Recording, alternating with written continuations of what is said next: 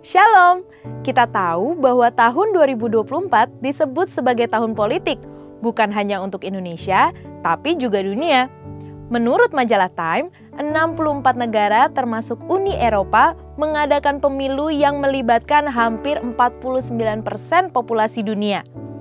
Pemilu ini mencangkup pemilihan pejabat eksekutif seperti presiden, gubernur, serta pejabat legislatif seperti anggota DPR dan Senat. Di penghujung 2024, Indonesia juga akan mengadakan pilkada serentak. Dalam konteks ini, insan Pentakosta sering bertanya, perlukah kita peduli dengan politik? Jawaban singkatnya, ya. Umat Kristen sepatutnya peduli. Umat Kristen di Indonesia telah terlibat dalam politik sejak awal berdirinya negara, termasuk dalam penyusunan UUD 1945. Keterlibatan ini bisa bersifat pasif seperti membayar pajak dan menaati hukum, atau aktif seperti memilih dalam pemilu atau mencalonkan diri untuk jabatan publik. Dalam Kejadian 41 ayat 38-41 dan Yeremia 29, kita melihat pentingnya keterlibatan umat Tuhan dalam politik. Kisah Yusuf yang diangkat sebagai penguasa di Mesir mengajarkan beberapa prinsip penting.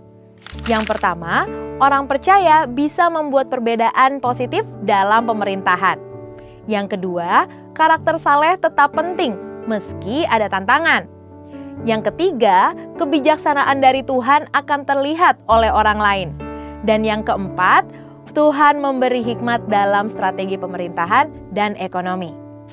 Anggapan bahwa politik itu kotor justru menjadi alasan bagi umat Kristen untuk masuk dan menggarami dunia tersebut dengan nilai-nilai kebenaran seperti terang dunia.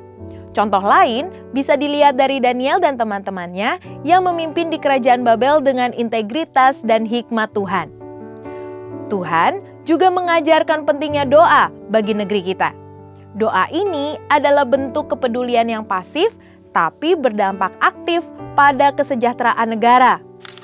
Mark J. Cartledge dalam bukunya The Holy Spirit and the Public Life mengatakan, Roh Kudus menjadi penting dalam menjalankan peran kita di masyarakat dan dalam menghadapi politik. Sebagai warga negara, keterlibatan dalam politik adalah hak dan tanggung jawab kita. Gereja tidak terlibat dalam politik praktis, tetapi mengajarkan jemaatnya untuk berpartisipasi sebagai warga negara yang bertanggung jawab. Lalu, bagaimana dengan keterlibatan umat Kristen dalam pemilu, termasuk pilkada di Indonesia? Memilih pemimpin bukan hanya soal kapasitas, tetapi juga karakter, kredibilitas, dan integritas. Baik dalam perjanjian lama maupun baru, pemimpin yang dipilih haruslah yang takut akan Tuhan dan memiliki kehidupan yang tidak menjadi sandungan. Pemimpin yang benar akan membuat negara berjalan dengan baik. Negara yang baik dihasilkan dari keputusan yang benar yang dibuat oleh pemimpin yang bekerja sesuai dengan prinsip Alkitabiah. Paulus mengingatkan kita bahwa pemerintahan adalah alat Tuhan untuk mendatangkan kebaikan. Jadi, sebagai warga Kristen di Indonesia, yang perlu kita lakukan adalah yang pertama, peduli pada politik dan pemerintahan bangsa. Yang kedua, menjaga hubungan baik dengan Tuhan agar Roh Kudus memberi hikmat dalam menentukan pilihan. Yang ketiga, memilih dengan bijak, mempelajari calon pemimpin dan partai pengusung mereka. Dan yang keempat, menggunakan hak pilih dengan penuh tanggung jawab, tidak bersikap masa bodoh atau golput. Saudara, mari kita tunjukkan cinta dan tanggung jawab kita sebagai warga negara dengan percaya bahwa Tuhan akan membawa kebaikan dan keadilan bagi Indonesia melalui pemimpin-pemimpin yang terpilih. Sebagai insan Pentakosta, kita diharapkan menjadi contoh dalam mencintai bangsa, karena hal itu mencerminkan kasih kita kepada Tuhan.